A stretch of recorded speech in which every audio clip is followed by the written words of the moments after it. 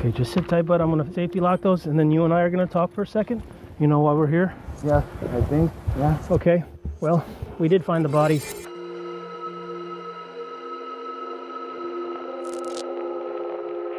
This is Peter and Elvira Allman, a married couple last seen in this CCTV footage walking back to their home before they disappeared. 24 hours later, the same couple were found, beaten, dead, and hidden inside a U-Haul truck. With no clue how this gruesome double homicide happened, detectives are left to piece together the puzzle and find the killer. You murdered your parents. And he said, actually, yeah. I said, what are we talking about? He says I got 2 bodies. I said, 3 bodies. He says, I killed my parents. So he says that he was going to Milwaukee. His plan is to head in the direction of Milwaukee and then turn around and go back south. That way you guys think he's going north. Be advised, we do have a caller on the line. He said that Max is standing on the backside of his house. This was the home of 64-year-old Peter Allman, his 56-year-old wife Elvira, and their 37-year-old son, Maxim. Peter and Elvira were close to retiring and were starting to look forward to enjoy a relaxed life during their twilight years. But on November 30th, 2021, something strange would happen. Peter wouldn't show up for work. Peter had always been on time and never missed a day without letting someone know. So his co-workers quickly grew worried. Within hours, they would try calling his wife, Elvira, to check on him, but when she failed to answer as well, their concern grew to the point where they contacted the police. The very same day, officers would be dispatched to the family's house for a welfare check, but when they knocked on the door, no one would answer. Worried for their health, police would break into the home, only to discover an even bigger mystery. Everyone was gone. It was as if the entire family had vanished. Inside the house, officers found no signs of a struggle. The rooms were tidy and nothing immediately pointed to foul play, except for one particular detail. A white, powdery substance was scattered in all of the rooms. While strange, it wasn't enough to offer any clear answers. This discovery would escalate this from a missing persons case to a murder investigation. Detectives quickly reached out to the neighbors in the area, hoping to gather information about the family's routines or whether anyone had heard about them planning to leave for a trip. And that's when they'd find something interesting. One of the neighbors had a CCTV camera pointed at the approximate direction of Peter's house, and a recording from earlier that morning would reveal something disturbing. 3 unidentified men were seen carrying a large wooden box at a freezer out of the Almond home and into a U-Haul truck parked outside sometime between 3 and 4 a.m. This discovery raised more questions than answers. Who were these people? And what are they moving at 3 in the morning? The U-Haul truck quickly became the center of the investigation. Finding it was crucial. Everything hinged on locating that truck. Over the following hours, detectives began checking all U-Haul facilities in the area, hoping to find a model matching the one on the CCTV. Police would use cadaver dogs, specially trained canines able to smell and identify dead human bodies to check the trucks they were searching. And on the next day, December 1st, one U-Haul truck parked outside of one of these facilities would alert one of their dogs. This alone was enough for a search warrant, and officers now had full access to break and enter into the U-Haul. Upon opening the truck, the detectives would make a gruesome discovery. 2 bodies, both brutally beaten. Peter was found inside the wooden box, and Elvira inside the freezer. However, one person was still missing. Their 37-year-old son, Maxim Parnov. With 2 dead parents, their son missing, and an empty house, all officers could do was ask neighbors who might have interacted with Peter or Elvira in their final days. And after getting contacted by one of the neighbors over the phone, they'd get a lead that would blow the case wide open. So yeah, I get it. You're shaking. What did he tell you? It happened. He said they passed. They passed, and I'm like, wait. What does this you mean? He said that they've been fighting and arguing And he was talking to Pete, but like he called him a liar. Pete responded with, get the hell out of here, and he didn't describe what happened. He said it's really unfortunate, but like what happened is they passed. He didn't give me any of the details about what happened. Something about a fire extinguisher, I think, but I didn't really understand him much. Piecing together the statement from this individual, it is apparent that some sort of argument happened between Maxim and his parents before their disappearance. But what detectives hear next would set off a manhunt to trace Maxim down before he could slip away from their grasp. I completely understand. So he says that he was going to Milwaukee? His plan is to head in the direction of Milwaukee, to stop at like gas stations or whatever, buy prepaid debit cards for like $1,000 each, and then turn around and go back south. That way you guys think he's going north. Okay, and how's he gonna get those prepaid debit cards? He's running the dead dad's card. Okay. He has the checkbook and the dead dad's card. The checkbook and the dead dad's card, you said, right? Yes. Okay. And he left maybe 5 to probably 10 minutes ago now? 10 to 15.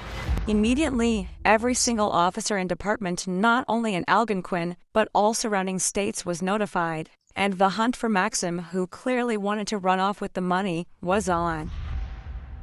After 24 hours into the manhunt, at 5:45 a.m. on December 2nd, officers had a lead. By approaching AT&T, Maxim's cell phone provider, officers were able to get an approximation of his location. This was done by using cell tower triangulation, a technique in which a phone's connection to surrounding cell towers is used to pin a suspect's location. However, this comes with its inaccuracies. In Maxim's case, officers had a 223-meter radius to search, but this entire radius was cut down to just one home with just one phone call that officers receive. 166, be advised, we do have a caller on the line that says that they are Maximum's friend. His name is Andy Helzer.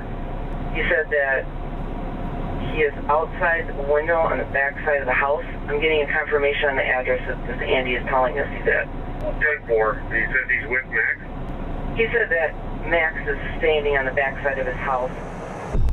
With this information, cops need to be incredibly careful as they approach Maxim. The slightest mistake right now could mean that he becomes aware of their presence and attempts to flee. If he's armed, this could quickly go from a chase to a deadly gunfight. He's hot. Be advised, this house says exactly 223 meters. Right there. Come on. Hands out of your pockets. Show me your hand. Come out to this open area. Do you have any weapons on you? What's your name? Okay. Go ahead, turn around, face away from me. You got lethal cover. No.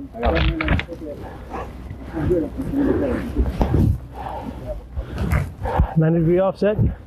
Right there. Go ahead and put your hands behind your back. Come on, relax. Nothing's gonna happen to you if you don't do anything to me. I know. I'm not gonna do anything. I'm not. Max would refuse to say anything, so they'd take him to the station. Unfortunately, this meant that there were still too many unanswered questions after his arrest. Officers do not know what happened that led to Elvira and Peter's murder, and most importantly, why he would ever want to kill his own parents. But this didn't mean an end to the leads that police could gather, because soon enough, anonymous witnesses came out on their own accord in order to tell their sides of the story. The first witness was one of Maxim's neighbors, who claimed to have an audio recording of Maxim from November 29th, just a day before Peter and Elvira's disappearance. You previously told me that on your cell phone you have a recording of what happened on the 29th. Whose voices are we going to hear? You'll hear my voice, Raymondo's voice, and Max's voice. All right, why don't we go ahead and play what you have there on your phone. Before listening to this audio, keep in mind the fact that Maxim had a well-known reputation in his neighborhood for doing anything to earn money. After all, he was an immigrant from Russia, and there were very few jobs he could work, which is why this audio would reveal one of his shady sources of income. Okay, Dad, look. I'm gonna just go. What the fuck do you think? Like, you think I came here to fucking tell you a fucking story? Here's the fucking, look it up. Here's a $5,000 watch. It's a $7,800 watch. Where the fuck would I get this from? I got there, man. From working? I'm trying to get help of a friend because I can't lift something by myself. okay? And I need to do it just like, that's it. Lord, I did not. And if I try to do it myself, it's like, I'm gonna, and I need someone to help me. And then also driving the car and dropping it off, it's like, I need someone to help me follow with another car, and then wherever we're going, we'll figure it out. Into the fucking lake.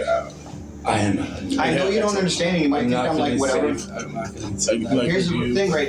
It's not, here's the thing. It's help like, us help you. Right. So, like, speak for yourself. I can only take so much information at once. Right, okay. Because, like, you know what I mean? Like, right. That's a heavy load to drop on somebody. It is. You got to process. Heavy load. Yep. Heavy load. It is. As far as, I'll give you both the watches. I don't. That's $1,200. That's $12,000. And pawn it by someone else. Go through somebody else's name or whatever. That's $12,000. I'll give you 3 watches. That's $17,000. Throughout the course of the officer's investigation, it was never clarified where Maxim got his hands on expensive watches like the 3 he mentions here. Even the men he is trying to sell to sound suspicious of where exactly these were obtained from and don't budge easily. This is why Maxim becomes increasingly aggressive. In fact, his cathartic behavior only takes a turn for the worse from here on out as he begins to randomly talk about his mother, Elvira. But here's the thing. I've been living this for my whole entire life with her. And she killed my dad. She's the reason why my dad died. Although Elvira was Maxim's biological mom, Peter was his stepdad. Maxim's real father committed suicide early on in Max's life, something that he is clearly blaming his mother for. Not for the first time, and certainly not for the last. And then dropping me on the head when I was a baby, she did that on purpose. Poisoning my dog, she did that on purpose. Nonchalantly with fucking emotion, like when I try to apologize and try to love her, and she like threatens to fucking call the cops on me, which would initially like get me sent off to jail for years and years and possibly deported, and I told her that, like, no remorse, just like, and it's like, why are you fucking with me? I'm trying to do good. Like, I know I smoke or whatever, but it's like, no, dude, like, I just got this new job and shit that I've been, like, I'm gonna be ex-golf fucking bar manager going up to be general manager. And they've been doing this to me like, oh, we'll help you out. No, I don't have any money. And blame me and shit like, you mother, like, you fucking piece of shit, you're 36 years old, and it's like, dude, I've been fucking dealing with health and mental issues, and I've like just got on medications, new ones, and it's like all this is like coming to a new life, and it's like, and they this just culminated to that. And here's the thing, I'm being God honest, I'm not trying to spin this. Like, I'm out there telling the truth. Piecing together Maxim's mental breakdown, officers were able to get a rough understanding of his situation. Maxim was a man going through a midlife crisis because of financial issues. To make things worse, he held extreme suspicions against his parents, constantly believing that they had it out for him and his dogs. This was only fueled by their refusal to give him money whenever he needed it. But this only scratched the surface of the true severity of the issues he was facing. It would only be after an interview with Rebecca, one of Elvira's friends, that officers realized that Maxim was far more mentally disturbed than they imagined. When did you first meet Maxim? I met Max, I don't think I actually met him last year. He would come and go during COVID. Yeah, I don't think you ever actually His mom would drive and go pick him up where he lived, somewhere in a north suburb of Chicago. She would go and pick him up, and he'd spend Sundays here sometimes at their house in the yard. He has 2 pit bull dogs, so we would always see him out with his pit bull dogs. About the dogs. He would say that his mom, but that they were just always kind of getting on him about, needing to figure out what he was going to do in his life because he's 36 years old, and he would tell him, well, he's in between jobs, he's trying to figure it out. He would talk a lot about I think he's been on medication recently for anxiety. We really connected with things with anxiety, and I don't think he had PTSD, but he never really told me his diagnosis, but he felt like the whole time he's lived here, he was like in a fog, never really. He said he would stay up all night long, he didn't sleep, and then he'd sleep during the day sometimes, and that really bothered his mom, he said. That he didn't seem to be doing anything, and he just kept saying, well, he kept trying to explain to them he was in between jobs and trying to figure out what he wanted to do. He said he was bullied a lot as a kid. I know that was a conversation we had recently, that he was picked on a lot in school. Did he say what for? Okay. He did not. He's talking about, he always wanted to help kids that went through things that he felt like he could connect with. Officers now slowly begin to understand the motives behind Maxim's actions. A traumatized child who is at odds with his mother for the side of his biological father and barely accepting of his stepfather, Peter. To make things worse, he was broke, and when he felt like he needed his parents the most, they weren't there for him. But there is only one question that officers are left with in this entire case, and the one that is the most important. What happened on November 30th? What could have been so severe that it triggered Maxim to commit a double homicide? One of his own parents at that. There must have been some kind of catalyst that pushed Maxim to the absolute brink. And the only one who could answer this question was one of Maxim's friends, who would now provide the most crucial testimony in this entire case. The reason why we're here is you got in contact with one of my supervisors, Sergeant Cooney, last night. And that was in reference to a conversation that you had had with someone. Can you kind of take me back and tell me what that was all about? Yeah, so I was enjoying my evening as normal. I just gotten off work about 2 hours before, and I got back here, and I was actually expecting another friend to come visit me, but my buzzer rang, so I assumed it was them, so I buzzed them in, and in came Maxim Parnov, and he had shown up before unannounced, but like it had been a few weeks. Okay. So he came by, and he seemed. I was like, "Hi, how are you? Like, what brings you here?" And he's like, "Yeah, hey, I think I need a place to stay. Do you know anyone that needs a roommate?" And I'm like, "What happened?" Because I knew that he had been living with his parents out in Algonquin. Mm-hmm. And he's like, "I don't really want to talk about it." I'm like, "Okay." And we keep talking, and like he seems off, so I start to pry. Sure. And as we're talking, I'm like, did you upset your parents? Like, what did they throw you out? Like, what happened? And he's talking about how they were starting to have strained relations, and he didn't want to get into too much detail about it. Eventually, he mentions the fact that he claimed that his mom was poisoning his dogs. Okay. Which I was like, that's bizarre. Like, I've never heard of anyone moving out because of that, but okay. Mm-hmm. This statement is consistent with the one he made when trying to sell the watches. He firmly believed that Elvira wanted to kill his dogs after robbing him of his father. And then he starts talking about how him and his stepdad got into it. He said that his stepdad doesn't always tell him things that are 100% true. His stepdad blew up, said like, why are you calling me a liar in my own home? And threw him out. And then he said, he's like, yeah, it kind of really me for this job that I've got, this new job that I have, and I kind of already screwed that one up. I don't really think that's gonna work out. He's like, but I was thinking about like tying them up and like scaring the hell out of them or something. And at this point, I'm like, wait, what? Mm-hmm. And I'm like, you can't hold your parents hostage, man. I thought it was just like some silly comment or something. Right. And he's like, that's what I was originally probably gonna do, and unfortunately it passed. And I was like, what? And he's like, yeah, they're no longer with us. And I'm like, you murdered your parents. He said he didn't want to say that word, but he said, actually, yeah. And okay. When you were talking to him, what day was this?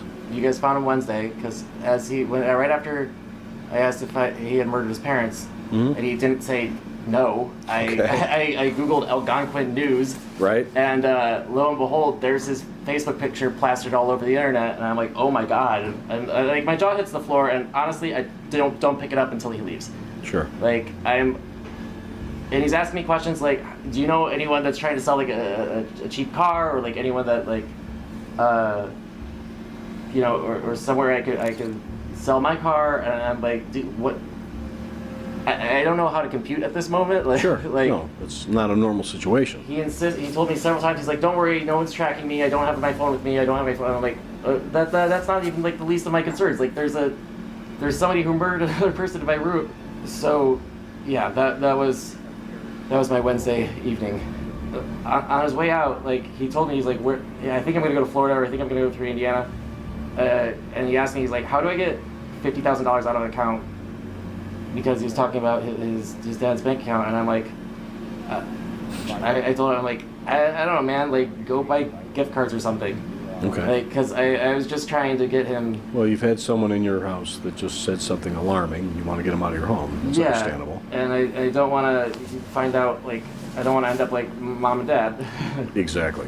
So he didn't seem like aggressive. He did not seem confused. He seemed like he was trying to figure out like what to do now, and he seemed melancholy about it. Like okay. Not like, but not too bad though, because I don't know. It was just, it's not. I am used to knowing Max as somebody who was pretty happy.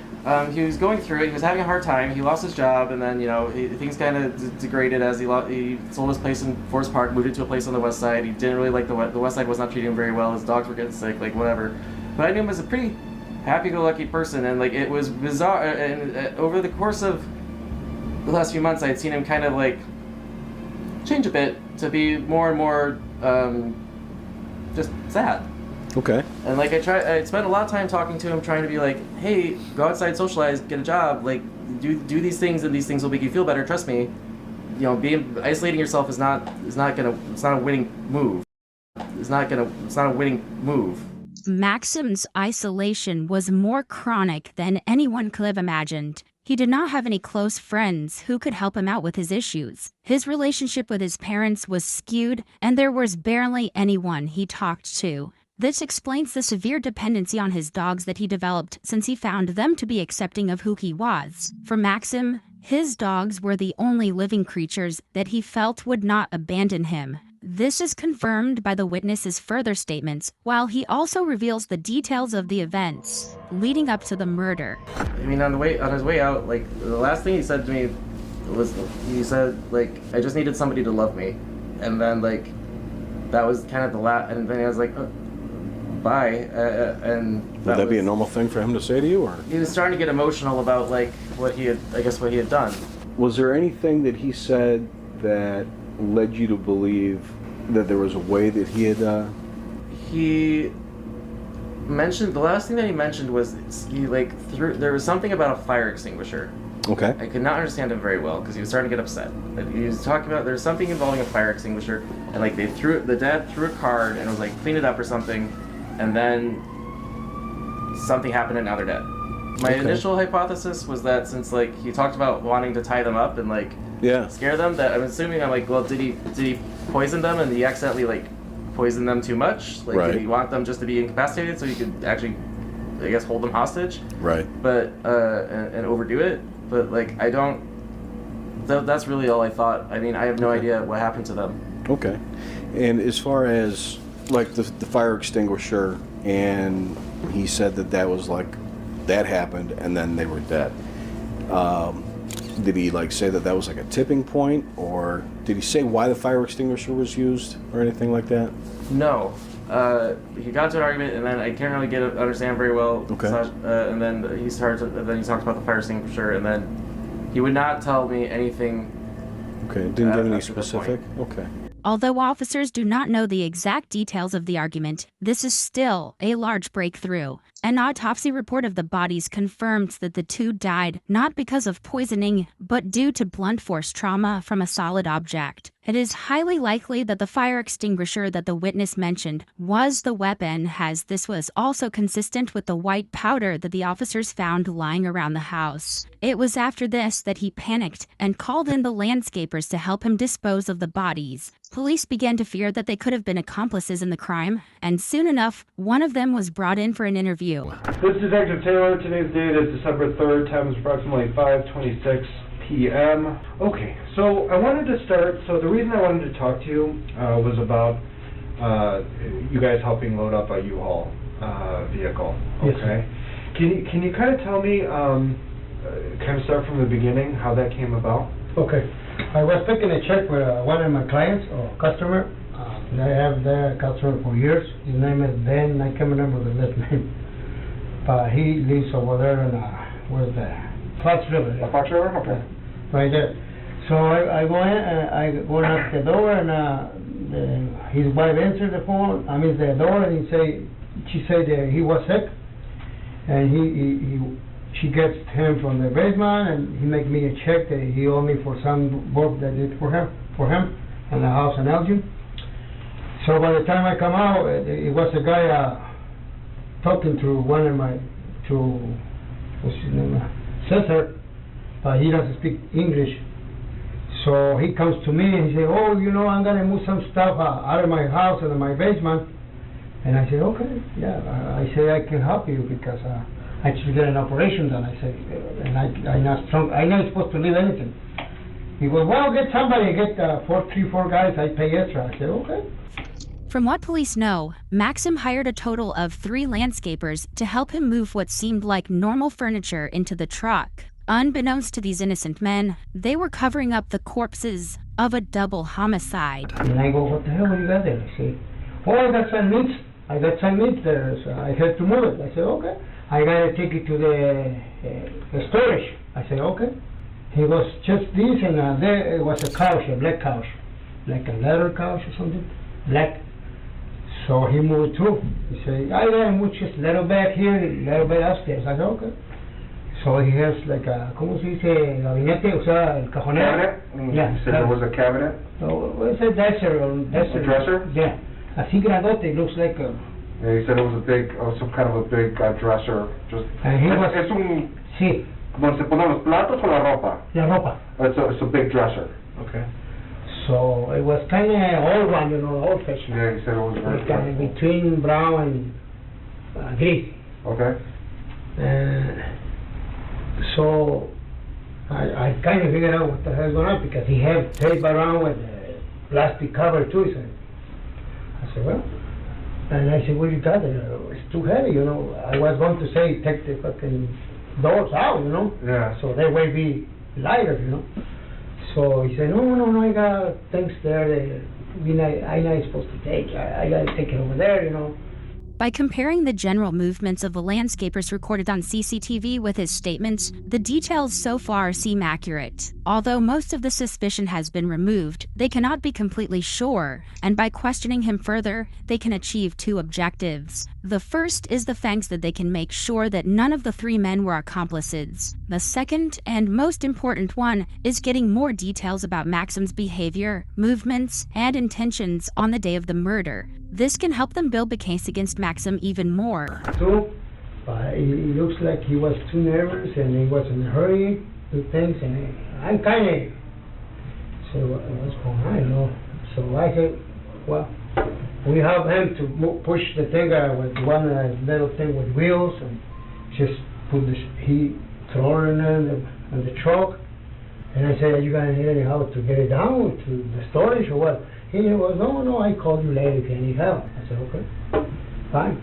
And he took a couple, like 4 or 5 chairs, like for table chairs. Como de un comedor. Yeah, So from a dining room, like 4 chairs from a dining room. So, and one it was broke. So the only thing I carry outside is the brake chair with a little piece, and because I cannot lift the stuff. So, but it looks like he was in a hurry when he had the truck in the back. I said, I gotta bring the truck, but he parked kind of far away. And it was like a little sidewalk goes towards the house. I said, why you don't bring the truck over here? I said, over here, to be closer, you know. No, it's fine. So he moved the truck kind of far away. I don't know why. I see things that was not kind of right, you know. Okay.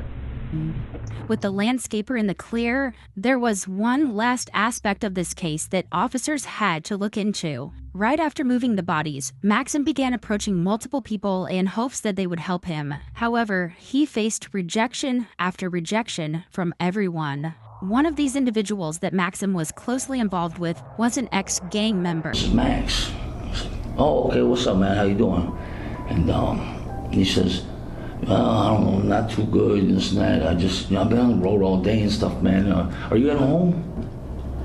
I said, yeah, I'm at home. And he says, you think I could pop by? Like, I'm literally like in the neighborhood. I got my dogs with me. Anyway, so he comes up and that's kind of what he said. It's just like, he goes, I got 2 bodies.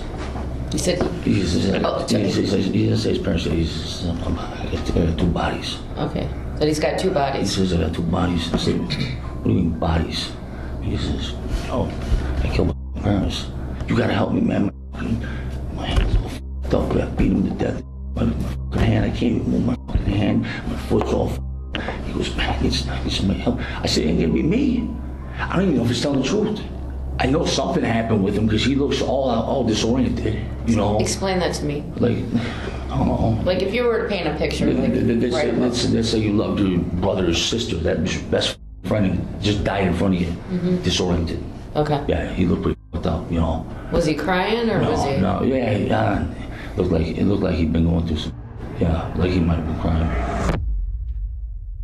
All of the pieces finally began fitting into place. On November 30th, an argument happened between Maxim and his parents but stemmed from Maxim's financial situation. Peter was likely fed up with him not being able to earn and wanted to kick him out. The argument worsened, and years of pent-up trauma for Maxim exploded as he felt the only pillar of support in his life collapse. In a moment of rage, he grabbed the closest object he could find, a fire extinguisher, and began swinging at Elvira and Peter, bashing their heads.